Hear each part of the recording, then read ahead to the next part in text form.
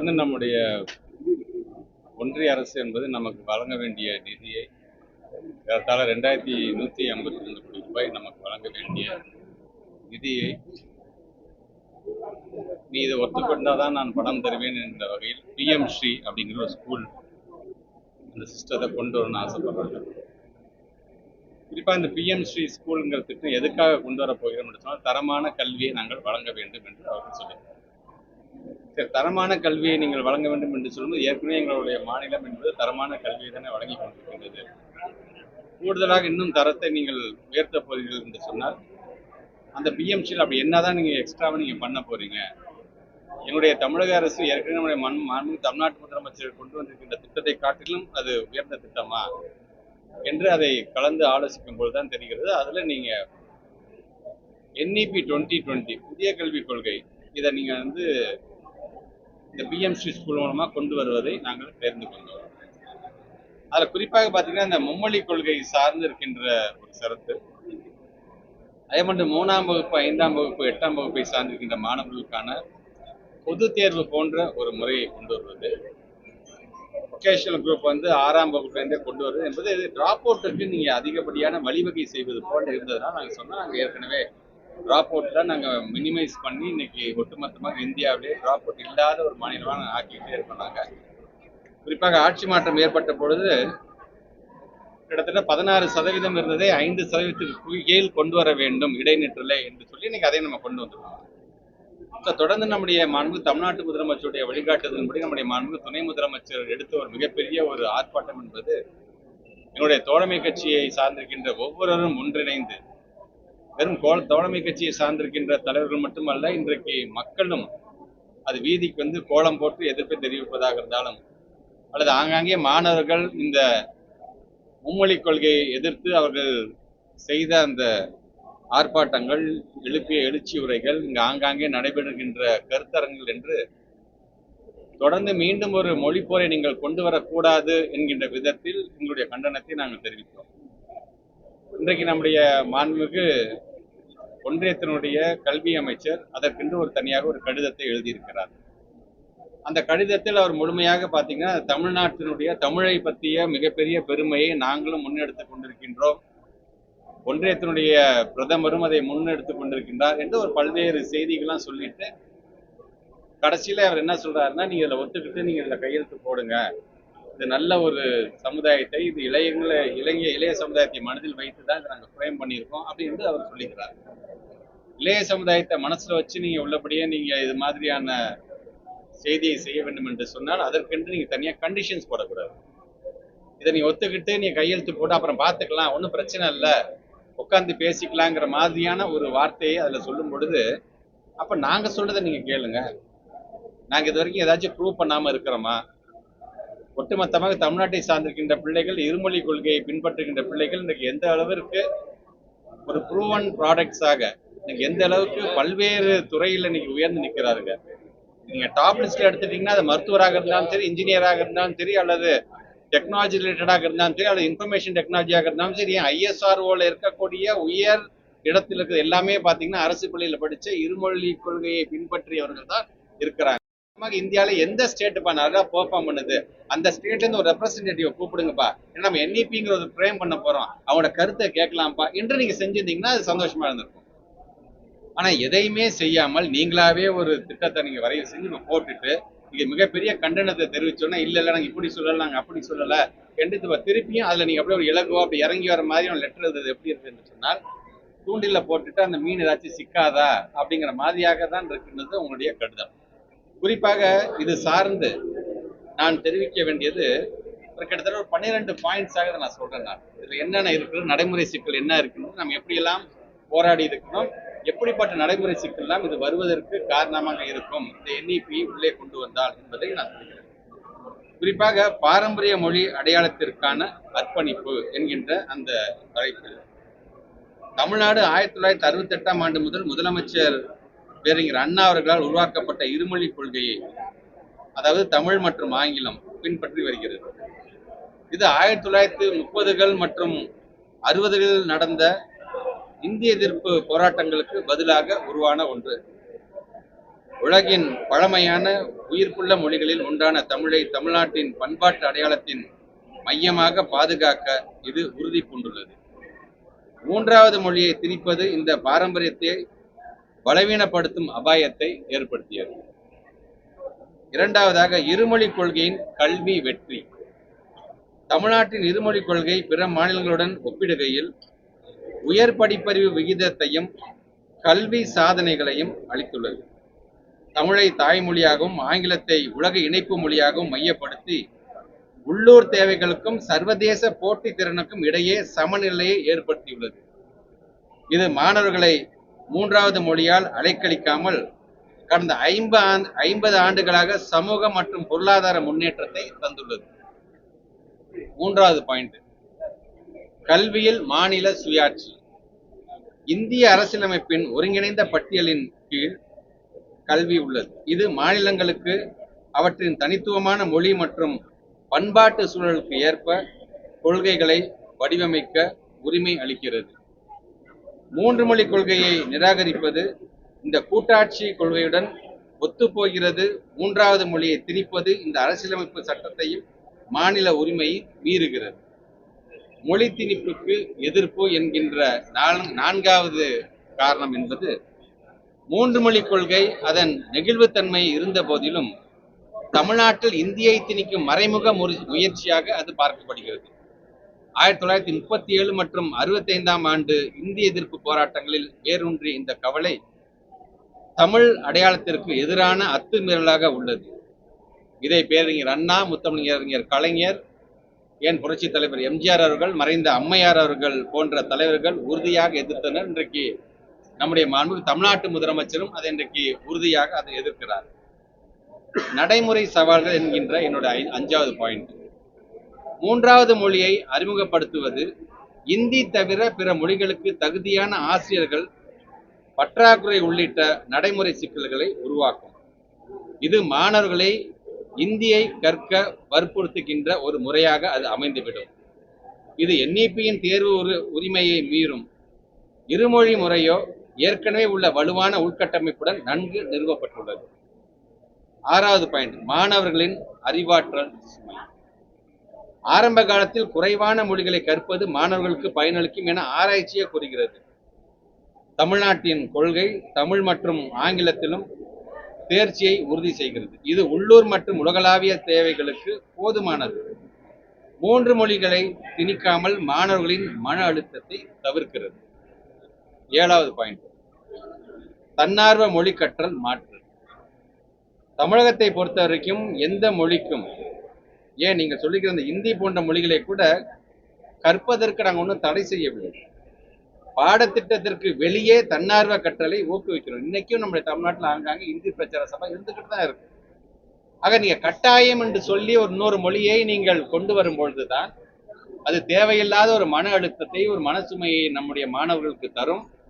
சாதனை புரிகின்ற மாணவர்கள் இடைநிற்றல் மாணவர்களை அதிகப்படுத்தும் என்கின்ற விதத்தில் இன்றைக்கு மாணவர்கள் சாதனை புரியும் பொழுது இருமொழி கொள்கையில எந்த வேகமாக செய்கிறார்கள், மூணு மொழி கொள்கையை நீங்க கொண்டு வந்தீங்கன்னா காலில் சங்கிலியை கட்டி அவனை ஓட விடாம செய்வதற்கான அந்த பணியை செய்கிறீர்கள்.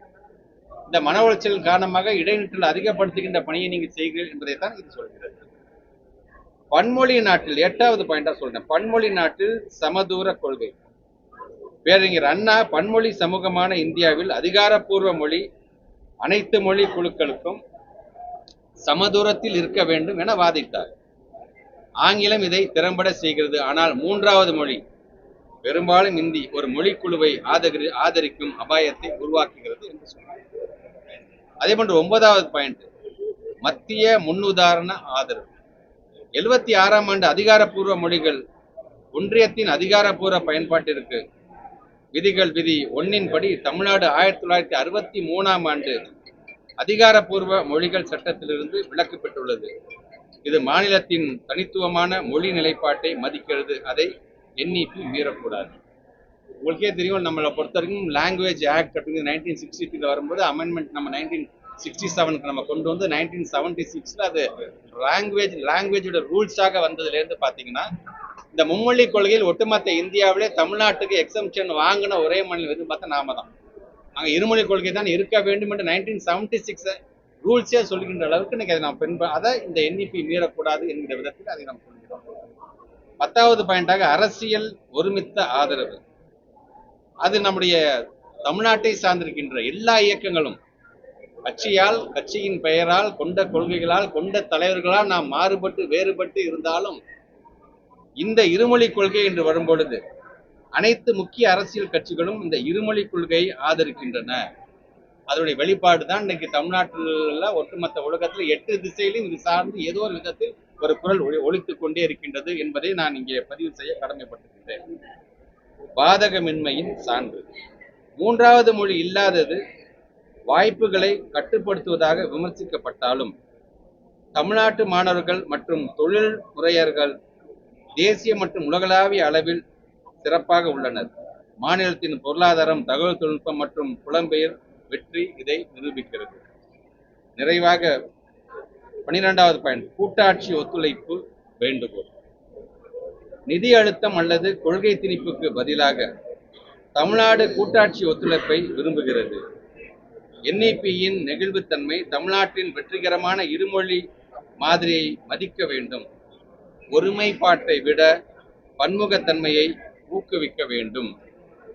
இந்த புள்ளிகள் தமிழ்நாட்டின் வரலாற்றின் உறுதிப்பாடு, நடைமுறை சாதனைகள் மற்றும் அரசியலமைப்பு உரிமைகளை வலியுறுத்தி இந்தியாவின் கூட்டாட்சி அமைப்பிற்குள் பரஸ்பர மரியாதையை வேண்டுகிறது என்கின்ற இந்த என்னுடைய விளக்கத்தை தெரிவிக்க நான் கடமைப்பட்டிருக்கின்றேன்.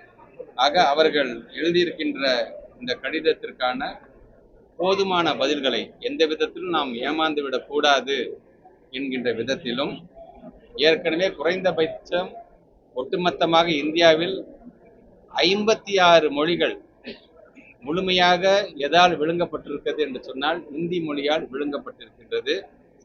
இதே நம்முடைய மாண்புமிகு அமைச்சர் தர்மேந்திர பிரதான் சார்ந்திருக்கின்ற மாநிலமான ஒடிசாவில் இருக்கின்ற ஒரியா மொழி உள்பட நான் சொல்கின்றேன், போஜ்புரி உள்பட, ராஜஸ்தானி உள்பட, இப்படி நம்ம கண்ணுக்கு தெரிஞ்சு கண்ணுக்கு தெரியாம 56க்கும் மேற்பட்டிருக்கின்ற அந்த லாங்குவேஜஸ் முழுமையாக இந்தியினுடைய திணிப்பால் அளிக்கப்பட்டிருக்கின்றது. அது போன்ற நிலை நம்முடைய தாய்மொழிக்கும் வந்துவிடக்கூடாது என்பதற்காகத்தான் உலக தாய்மொழி தினமான இந்த நாளில் நம்முடைய பத்திரிகை துறை, ஊடகத்துறை சார்ந்திருக்கிற நண்பர்கள் மூலமாகவும் இந்த விளக்கத்தை நான் சொல்லியிருக்கின்றேன். ஆக எந்த விதத்திலும் அதற்கு பலியாகாமல், இப்போ பல்வேறு மாநிலத்தில் நாங்கள் எங்களுடைய அதிகாரி மூலமாக நாங்கள் பேசும்போது அவங்க சொல்றது என்ன என்று சொன்னால், இந்த மும்மொழி கொள்கை பிரச்சனையாக இருந்தாலும், அவங்க ஏற்கனவே சொன்ன மாதிரி 3ஆம் வகுப்பு, 5ஆம் வகுப்பு, 8ஆம் வகுப்பு இருக்கின்ற பொதுத் தேர்வை கொண்டு வருகின்ற பிரச்சனையாக இருந்தாலும், இது எல்லா விதத்திலையும் இந்த எண்ணிப்பை நம்ம ஏற்றுக்கிட்டோம் என்று சொன்னால் கொஞ்சம் கொஞ்சமா அவங்களை கரிக்குலமாக கொண்டு வந்துருவாங்க. வரலாறு மாற்றப்படும். நல்லவன் சொல்றவங்க ஏற்கனவே நல்லவன் நம்ம சொல்லிக்கிட்டு இருக்க வரலாற்றில் இருக்கின்ற தலைவர்களெல்லாம் கெட்டவர்களாக காட்டுவார்கள். யார் யாரும் கெட்டவர்களாக இருக்கிறவர்கள் நல்லவர்களாக, தியாகிகளாக காட்டுவார்கள். இது எல்லாமே பார்த்தீங்கன்னா இந்த பிரேமருக்குள்ள கொஞ்சம் கொஞ்சமா உள்ள நுழைஞ்சிரும். இதை உள்ளே நுழைய விடாமல் அரணாக காக்கக்கூடிய இல்லாத கண்டிஷன்ஸ்லாம் போட்டுட்டு, விவாத பொருளாக இருக்கின்ற கண்டிஷன்ஸ்லாம் கையில் வச்சுக்கிட்டு இதில் கையெழுத்து போட்டாதான் பணம் தருவேன் என்று சொல்லாமல் உடனடியாக எங்களுடைய இந்த பணத்தை நீங்கள் விடுவிக்க வேண்டும் என்று நேற்று நம்முடைய மாண்புமிகு தமிழ்நாட்டுடைய முதலமைச்சர் அவர்கள் ஒன்றிய பிரதமருக்கு ஒரு நீண்ட கடிதத்தையும் எழுதியிருக்கிறார். அது வெறும் கடிதம், வெறும் காகிதம் மட்டுமல்ல, ஏறத்தாழ 43 லட்சம் மாணவருடைய எதிர்காலம் அதில் அடங்கியிருக்கின்றது என்பதை மனதில் வைத்து ஒன்றிய அரசு இந்த காரணத்தெல்லாம் சொல்லி தமிழுடைய பெருமையை நீங்க சொல்ல வேண்டிய அவசியம் இல்லை. தமிழுடைய பெருமையை அறிந்ததனால தான் இன்றைக்கு 8 திக்கிலும் இதுக்கான எதிர்ப்புகள் இங்கே வந்து கொண்டிருக்கின்றது. அதனால் தமிழை பற்றியும் தமிழ் இனத்தை பற்றியும் நன்றாக தெரியும். எங்களுடைய இருமொழி கொள்கையின் மூலமாக எங்களுடைய சாதனைகள் என்ன என்பதை நீங்கள் தெரிந்து கொண்டும் அறிந்து கொண்டும் தமிழ்நாட்டுடைய மாடல் நம்ம பின்பற்றணும்பான் என்று சொல்வதற்கு பதிலாக நாங்க சொல்றதை நீங்க கேளுப்பா என்கின்ற அந்த சொல்லைத்தான் நாங்கள் எதிர்க்கிறோம் என்பதை நான் பதிவு செய்கிறேன்.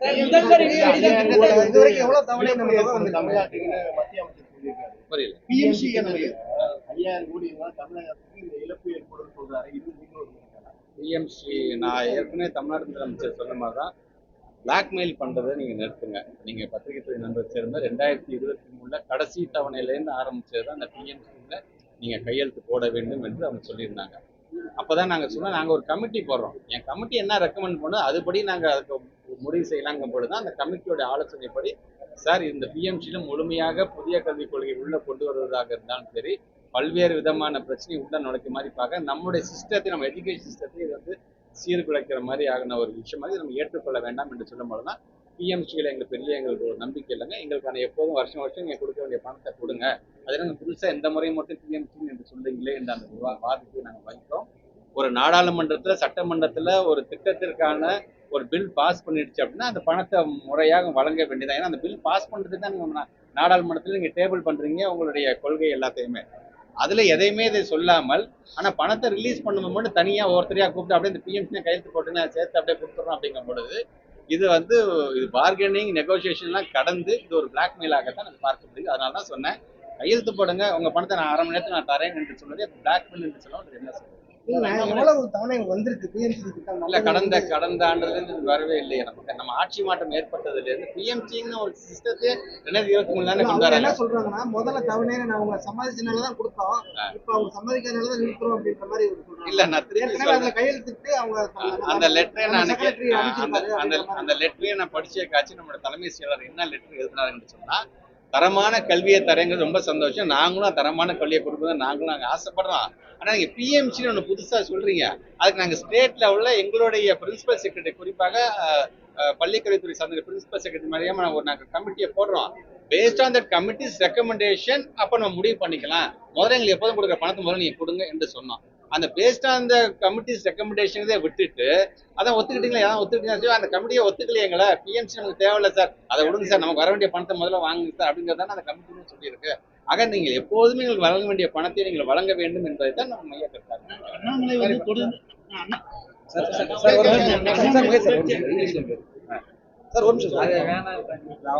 விரைவாக வந்துச்சு, இமிடியேட்டாக ஒரு 3000 வேலையை. இது இல்லாம 10 வருஷம் கழிச்சு செகண்டரி கிரேட் டீச்சர்ஸ் கிட்டத்தட்ட 2768 பேர் வந்து வேலைக்கு எடுக்க வேண்டிய செகண்டரி கிரேட் டீச்சர்ஸ். இப்ப அதற்கு அந்த ப்ரீ பட்ஜெட்டிங் மீட்டிங் வந்து நம்ம நிதி அமைச்சர், நிதி செயலாளரோட உட்காந்து அதையும் ஒரு ரெக்வஸ்டாக வைத்திருக்கேன். மிக விரைவாக அதுக்கான அந்த கீ ஆன்சர்ஸ் நாங்கள் வெளியிட போறோம். அது வந்துச்சு, அந்த ப்ராசஸ் போயிடுச்சு அப்படின்னா கிட்டத்தட்ட 2768 பேர் நம்ம வேலை வாய்ப்பு கொடுக்குறோம். பொறுத்த வரைக்கும் இப்ப ஒன்றிய அரசு ஒரு மிகப்பெரிய ஒரு பாராட்டை நம்ம கொடுத்துருக்காங்க. என்ன கொடுத்துருக்காங்கன்னா, ஒட்டுமொத்தமாக இந்தியாவில தமிழ்நாட்டில் தான் அதிகப்படியான டிராப் அவுட்ஸ் வந்து இப்போ இடைநிற்றல் அப்படின்னு இல்லாத அளவுக்கு இங்கே அவங்க கொண்டு போயிருக்காங்க. அதுல பல்வேறு காரணங்கள், காலை உணவு திட்டத்தில இருந்து அது சார்ந்திருக்கின்ற பல்வேறு திட்டங்கள், கிராஸ் என்ரோல்மென்ட் ரேஷியோ அதிகமாக இருக்குது, இப்போ புதுமை பெண் திட்டம், இது எல்லாமே சொல்லியிருக்காங்க. அதில் குறிப்பாக நம்முடைய மாண்புமிகு இந்தியாவுடைய ஜனாதிபதியே பேசும்போது அதை சொல்றாங்க, எஸ்பிசியோட அந்த ரிப்போர்ட்டை மையப்படுத்தி அதை சொல்லியிருக்காங்க. அதெல்லாம் நமக்கான ஒரு மிகப்பெரிய ஒரு பாராட்டத்தை தான் பார்க்குறேன்.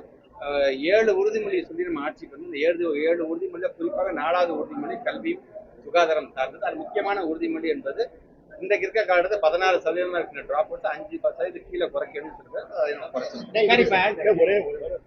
என்னதான் முடிவு இறுதியா என்னதான் வந்து தமிழ்நாட்டு முதலமைச்சர் இப்போ ஒரு கோரிக்கை வைக்கிறார். அதற்கு நம்முடைய யூனியன் மினிஸ்டர் தர்மேந்திர பிரதான் மீண்டும் அதுக்கு வந்து சரிங்க, நாங்கள் பிஎம்சியை நாங்கள் ஒதுக்கிடுறாங்க, எங்களுக்கு எதுவுமே தேவையில்ல, எப்போதும் போல உங்களுக்கு வருஷத்துக்கான பணத்தை நாங்கள் கொடுத்துட்றோம், இந்த பிஎம்சியா இருந்தாலும் சரி என்இ பென்ஷன் உட்காந்து விவாதிச்சுக்கணும், ஏன்னா கன்கரன்ஸ் தானே, ஒத்திசைவு தானே, நம்ம உட்காந்து பேசிக்க வேண்டியதானே என்பதை அதை சொல்லாம திருப்பி இதில் கையெழுத்து போடுங்க என்று சொல்றாரு. அதனால தமிழ்நாடு முதலமைச்சர் தான் சார்ந்த அடுத்த கட்ட நடவடிக்கை. இல்லை, அதை பற்றி நான் கருத்து சொல்ல விரும்பலைங்க நான். ஏன்னா மக்களை பொறுத்த வரைக்கும் தெரியும், கடந்த ஆண்டு 36% மக்களால் விரும்பப்பட்ட ஒரு முதலமைச்சர் இதே பிப்ரவரி மாதம் இந்த ஆண்டு 57% மக்களால் விரும்பப்படுகின்ற முதலமைச்சராக வந்திருக்கிறாரு.